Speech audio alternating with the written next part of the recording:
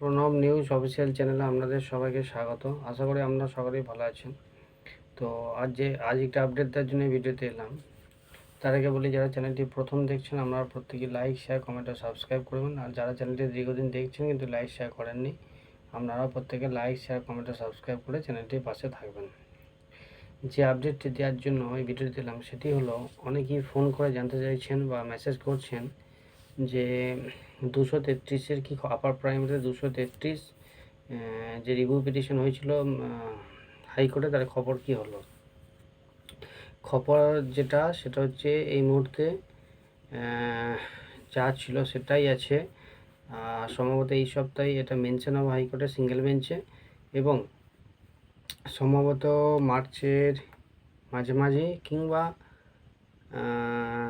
Third উইকে এর hearing হওয়ার সম্ভাবনা প্রবল। অর্থাৎ আবারও বলছি, মার্চের ফার্স্ট উইকে 233-এর যে কেসটা রিভিউ পিটিশন হাইকোর্টে ছিল, সম্ভবত মার্চের ফার্স্ট উইকে এটা মেনশন হবে এবং সেকেন্ড বা থার্ড উইকেতে হিয়ারিং হওয়ার সম্ভাবনা প্রবল। তাই যারা চিন্তিত এই 233-কে নিয়ে চিন্তা করার কোনো কারণ নাই, হিয়ারিং হবে। হিয়ারিং কী হয় দেখুন, কারণ যদি ওরা সুরাহা পেয়ে যায় তারা খুব ভালো কথা, যদি সুরাহা না পায় সম্ভবত ওরা ডিভিশন বেঞ্চ এবং শেষ পর্যন্ত সুপ্রিম কোর্টও হতে পারে, যা শুনতে পাচ্ছি সূত্র মারফত যা খবর।